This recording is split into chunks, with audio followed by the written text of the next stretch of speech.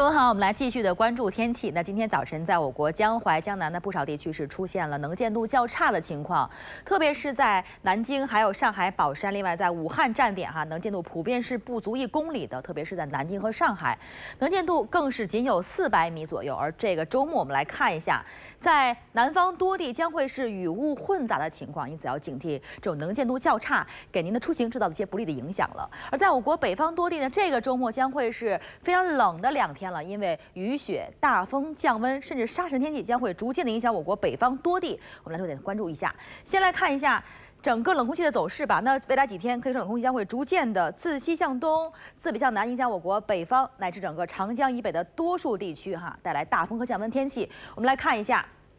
在今天的下午到明天中午它将会率先给新疆北部制造这样的大风和降温，特别是可以看到图中这些蓝色地区气温会骤降6度以上，特别是这些颜色最深的地区，气温会骤降10度到12度，甚至14度之多，而且伴随着大风的这个影响。我们来看一下，不仅是大风降温，整个新疆北部将会逐渐开始展开降雪的这个天气了，特别是到了明天，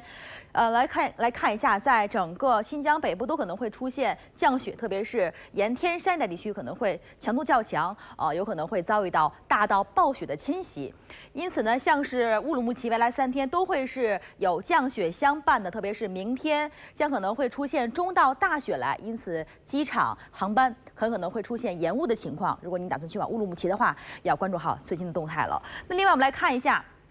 除了这个降雪之外，乌鲁木齐最后几天气温也会逐渐下降，感觉也是天寒地冻，注意保暖。